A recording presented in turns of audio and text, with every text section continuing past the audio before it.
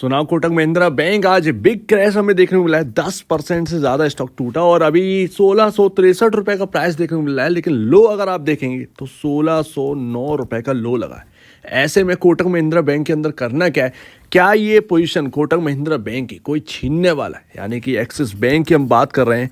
क्या अब axis bank lead करेगी कोटक महिंद्रा बैंक के कंपैरिजन? ये सारी बात हम देखेंगे और देखेंगे कि आगे कोटक महिंद्रा बैंक के अंदर होना क्या है, प्राइसिंग जानी कहाँ है। तो सबसे पहली बात, क्या ये पहली बार यहाँ पर कोटक महिंद्रा बैंक के साथ हुआ है या किसी और के साथ नहीं हुआ है? तो देखिए, कोटक महिंद्रा बैंक के साथ तो शायद पहली बार ही हुआ है, बट एक्चुअल में ये और भी हो चुका है। क्रेडिट कार्ड इशू के ऊपर या टेक्नोलॉजी के इशू के ऊपर आपका HDFC बैंक है, वो भी लेनी देनी पड़ेगी थी एक टाइम। और अभी की बात है 1 साल पहले की ऑलमोस्ट, वहाँ पर भी आपको जो है एक प्राइसिंग में डाउन साइड हमें देखने को मिली थी जब क्रेडिट कार्ड के ऊपर कुछ खबर आई थी या उनकी टेक्नोलॉजी के ऊपर कुछ खबर आई थी। तो ऐसा नहीं है कि पहली बार RBI किसी के साथ ऐसा कर रहा है, ये HDFC बैंक के साथ भी हो चुका है। हाल ही में अगर आप देखें तो साउथ इंडियन बैंक और यहाँ पर फेडरल बैंक के जो को ब्रांडेड क्रेडिट कार्ड थे उन पर रोक लगाई, लेकिन वो स्टॉक्स रिकवर हो गए। सो दैट ऐसा नहीं है कि कोटक महिंद्रा बैंक के साथ कोई निजी यहाँ पर जो है दुश्मनी कर रहे हैं, ऐसा यहाँ पर नहीं सोचना चाहिए। यहाँ पर ये देखना चाहिए कुछ कमी रही होगी जिसकी वजह से यहाँ पर कोटक महिंद्रा बैंक के साथ ये करना पड़ा है। सो दैट ये पहला बैंक नहीं है, HDFC बैंक के साथ भी कर चुके हैं, SIB और FB यानी कि फेडरल बैंक और साउथ इंडियन बैंक के साथ भी हो चुका है। लेकिन वहाँ पर ना अगर आप देखेंगे साउथ इंडियन बैंक और फेडरल बैंक में, तो वहाँ को ब्रांडेड क्रेडिट कार्ड इशू पर यहाँ पर जो है रोक लगी थी। यहाँ पर क्या है, यहाँ पर आप नए कस्टमर्स को नहीं जोड़ सकते। आप देख रहे हैं कोटक महिंद्रा बैंक, तो आपको पता ही होगा कि कोटक महिंद्रा बैंक डिजिटल में बहुत आगे ग्रो कर रहा है और कासा जो इनके पास है वो किसी के पास नहीं है। 52% के अराउंड कासा रेशियो यहाँ पर जो है इनके पास। लेकिन मैं आपको एक बात साफ कर दूं कि यहाँ पर बैंकिंग के अंदर सबसे ज़्यादा जो एक गौर करने वाली बात होती है वो है बैंकिंग मैनेजमेंट। बैंक का मैनेजमेंट कैसा है, और इंडिया के अंदर टॉप मैनेजमेंट में कोटक महिंद्रा बैंक के मैनेजमेंट का नाम आता है। तो ध्यान रखिएगा, जो भी प्रॉब्लम आई है ये ज़्यादा से ज़्यादा 2-3 दिन लोग याद रखेंगे, बट एक्चुअल में आप देखें ज़्यादा से ज़्यादा 1 मंथ में यहाँ पर जो है टैकल करने की कोशिश करेंगे उदय कोटक। सो दैट उदय कोटक कोई छोटी मोटी नहीं है, ये आराम से इस चीज़ को हैंडल कर सकते हैं। और ट्रस्ट यहाँ पर रखिए मैनेजमेंट के ऊपर, क्योंकि अगर बैंकिंग में अगर आपके पास है मैनेजमेंट के ऊपर ट्रस्ट करने के लिए कुछ नहीं है तो फिर आपके पास कुछ भी नहीं है। तो ध्यान रखिएगा कि स्टॉक का प्राइस जिस तरीके से गिरा है उसी तरीके से उठ भी जाएगा, ये मैटर ऑफ टाइम, ये उठ भी जाएगा। बट आपका जो बैंकिंग मैनेजमेंट है उससे ट्रस्ट नहीं हटना चाहिए। और अगर आप देखें तो कोटक महिंद्रा बैंक लगभग ये 4th ईयर है कंसोलिडेट कर रहा है, काफ़ी ज़्यादा कंसोलिडेट कर रहा है ये स्टॉक है। और अगर आप देखें तो आज आपका 1609 रुपये का लेवल है। ये अभी थोड़ी देर पहले कम्युनिटी पोस्ट में मैंने आपको जारी किया था और बोला था कि यहाँ पर जो है 1600 काफ़ी इंपॉर्टेंट लेवल रहने वाले, ऑलमोस्ट उधरी से घूमता हुआ देखा है। क्योंकि यहाँ पर जो है ना, ये आप देखें 3 साल की कैंडल देखें, ये 1 ईयर कैंडल स्टिक चार्ट है, ये लोज है। ये 1600 का लेवल जो है ना बहुत प्रोटेक्ट कर रहा है ये स्टॉक। आज की बात नहीं है, ये लगभग 3 साल पहले की बात है। अगर आप पूरा डेटा देखें, मैं दिखाऊंगा आपके सामने, वो पूरा डेटा ये कह रहा है कि 1600 का लेवल इतना प्रोटेक्टिव लेवल है जितना सोचा नहीं होगा, और यहाँ से बड़े बड़े मूव आए हैं। सो दैट ये बचेगा या नहीं बचेगा, ये अब सोचने वाली बात है। क्या ये टूटेगा 1600 का लेवल इस बार? और अगर टूटा तो यहाँ पर तैयार हो जाइए, कम से कम 10% की गिरावट यहाँ पर जो है आपको और देखने को मिल सकती है। अच्छा, कोटक महिंद्रा बैंक के ऊपर ना कुछ रीजंस भी, जैसे कि मैंने कहा कि एक्सिस बैंक जो है वो जगह ले सकता है। मैं बहुत ज़्यादा नहीं बोलूँगा इसके ऊपर, बट मैं ये बता दूं कि कोटक महिंद्रा बैंक को कभी वैल्यूशन, हम सिर्फ और सिर्फ P रेशियो से वैल्यू देखते हैं, वो गलत है। अगर आप सिर्फ P रेशियो को लेकर बैठते हैं वो गलत है। प्राइस टू बुक वैल्यू यहाँ पर बहुत इंपॉर्टेंट है। प्राइस टू बुक वैल्यू में कभी Kotak Mahindra bank HDFC bank के ऊपर था, 4 टाइम पर था।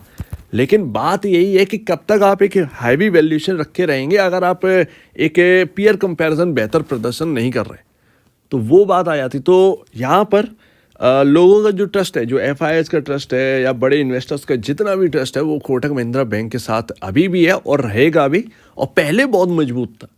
प्राइस टू बुक वैल्यू 4 का यहाँ पर जो है ये रखते थे। आज के टाइम में HDFC बैंक के बराबर फिर वैल्यू आ गई थी प्राइस टू बुक वैल्यू में। अभी अगर आप देखें कुछ टाइम पहले प्राइस टू बुक वैल्यू में ये HDFC बैंक के बराबर आ गए। अब ये आप कह रहे होंगे कि परफॉर्म क्यों नहीं कर पा रहे, ये 2100-2200 के लेवल क्यों नहीं? भाई कहाँ से जाएगा, जगह ही नहीं है यहाँ पर। आप देखें तो अभी जो है टूटा फोड़ी वो जो हुई है स्टॉक में 2.94 का प्राइस टू बुक वैल्यू है आपका, ठीक है, HDFC के अराउंड है, जबकि कोटक महिंद्रा बैंक और HDFC बैंक में बहुत बड़ा अंतर है। और अगर आप ग्रोथ के मामले में बात करें तो इस वक्त आपके पीयर कंपैरिजन ज़्यादा ग्रो कर पा रहे हैं, इसीलिए स्टॉक ग्रो नहीं कर पा रहा है काफ़ी लंबे वक्त से। आप कहें तो वैल्यूएशन जो है हायर साइड सस्टेन कर रही है, जबकि मुझे दिख रहा है यहाँ पर कि कोटक महिंद्रा बैंक अगर एक राइट वैल्यू नापी जाए तो वो इंडसइंड बैंक के बराबर निकलेगी कई मायने में। अब आपको ये मजाक लग रहा होगा, बट इंडसइंड बैंक 2 के प्राइस टू बुक वैल्यू पे चल रहा है, कोटक महिंद्रा बैंक लगभग उसी के प्राइस वैल्यू या उसके 2.30 टाइम के प्राइस टू बुक वैल्यू पर होता तो ज़्यादा बेहतर होता कई कंपैरिजन। बाई आप असेट देख लीजिए, बाई आप प्रॉफिटेबिलिटी देख लीजिए, और बाई आप इंटरेस्ट अर्न भी देख लीजिए, मार्जिन्स के फेवर में भी देख लीजिए, तब भी आपको जो है कहीं ना कहीं ओवर वैल्यूड दिखेगा कोटक महिंद्रा बैंक का, जहाँ तक मैं ठीक हूँ। अब ऐसा नहीं है कि कह दिया तो हो गया, तो वो चीज़ है कहीं ना कहीं ज़्यादा यहाँ पर देखने को मिलता है। और ये बात लमसम मैंने आपसे कही थी, एक्सिस बैंक हो या कोई भी बैंक हो, कुछ टाइम पहले मैंने कवर किया था और मैं कह रहा था कि प्राइवेट बैंकिंग में यहाँ पर ओवर वैल्यूड हो चुके हैं 2-3 स्टॉक्स, और वहाँ से अभी तक वो वैल्यू आ नहीं पाई है उनमें। आपका एक्सिस बैंक भी उसी में था, आपका कोटक बैंक भी उसी में था, 25 के पी रेशियो पर काम कर रहे थे, एक्सिस बैंक 27 के पी पर काम कर रहा था। सो दैट एक्सिस बैंक कई मायने में कोटक महिंद्रा बैंक को लीड कर सकता है, अपने सरपास कर सकता है, और एक्सिस बैंक अब यहाँ पर जो है टॉप 3 पोजीशन में जा सकता है।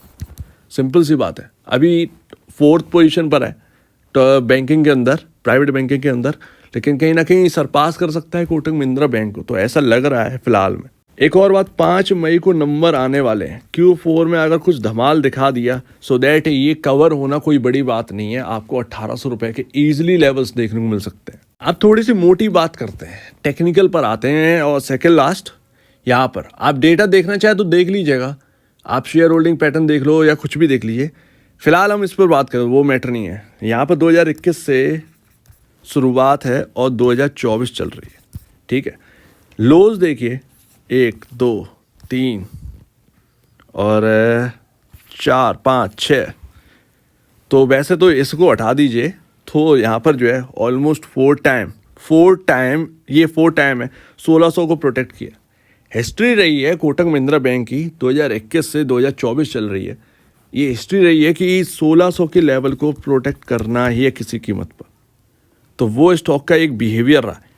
और एक अच्छी खासी रेंज थी 1765 और 1725, ये रेंज टूट गई है आज, ठीक है, ये रेंज टूट गई है, एक झटके में टूटी। मतलब इनमें और इसमें आज की बिहेवियर में अंतर ये है कि आज का जो फॉल है वो सिंगल डे फॉल है इतना बड़ा, और बाकी जो फॉल है ये धीरे धीरे यहाँ पर जो है टूटते हुए नजर है, फिर रिकवर होते हुए नजर है, तो ये अंतर है। अगर ये 1600 का लेवल टूट गया मान लीजिए, क्या होगा, मुझे दिख रहा है यहाँ पर ऑलमोस्ट, क्योंकि एकदम नहीं आएगा, धीरे धीरे करके ही आ सकता है, ये जो गैप है वो फिल होते हुए ये 1400 का यहाँ पर लेवल है, और ये कहीं ना कहीं दिख सकता है, पॉसिबल है, अगर ये 1600 का लेवल टूटा, पॉसिबल है आपको 1430 तक के लेवल देखने को मिल सकते हैं कोटक महिंद्रा बैंक के। डिपेंड करेगा Q4 अगर पीयर कंपैरिजन बेहतर नहीं आ रहा है वाकई में, तो फिर ये गिरावट कहीं ना कहीं बढ़ती हुई नज़र आएगी। ये 1600 का लेवल कहीं ना कहीं मिट्टी के भाव बिकता हुआ नज़र आ सकता है, तो वो ध्यान रखिएगा।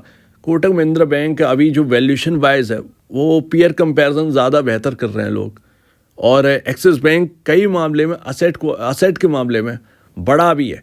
अभी असेट क्वालिटी देखनी पड़ेगी, अभी असेट क्वालिटी नहीं देखी है, काफ़ी चीज़ें हैं जो कि नहीं देखी हैं, बट जो दिख रहा है वो यहाँ पर मैं आपको बता रहा हूँ। एंड लास्ट यहाँ पर अब बात करते हैं इस रेंज की, 1725 और 1765, ये सपोर्टिव रेंज है, और लग रहा था कि आज खुलेगा तो यहाँ से घूम जाएगा। 5-6% की गिरावट का अंदेशा था, 10%, 13-14% गिर गया स्टॉक, ये बहुत बड़ी बात है। सो दैट प्रॉब्लम तो है ही, खैर छोड़ते हैं इस बात को। फिलहाल यहाँ पर जो है लेवल्स आ चुके हैं।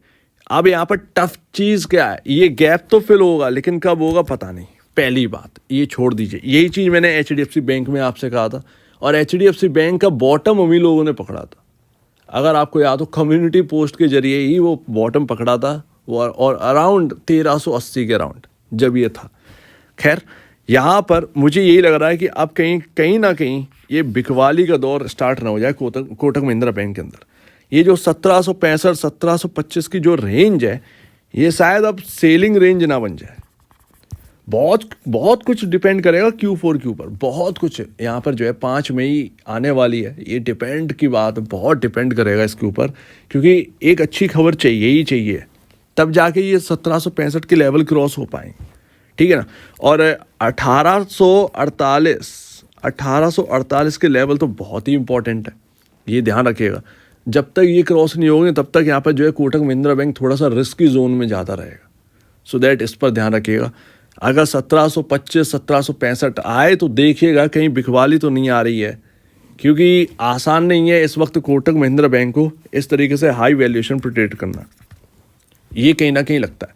अब क्या होगा आगे देखा जाएगा, बट मैं ये कहूँगा कि अगर आपने होल्ड किया तो आप काइंडली वॉच करिएगा, और 1600 के लेवल पर तो काइंडली वॉच करिएगा। फिलहाल मैं तो यही कहूँगा कि अगर होल्ड कर रखा है तो आप एक बेहतरीन मैनेजमेंट के साथ है, टेंशन लेने की बात नहीं है।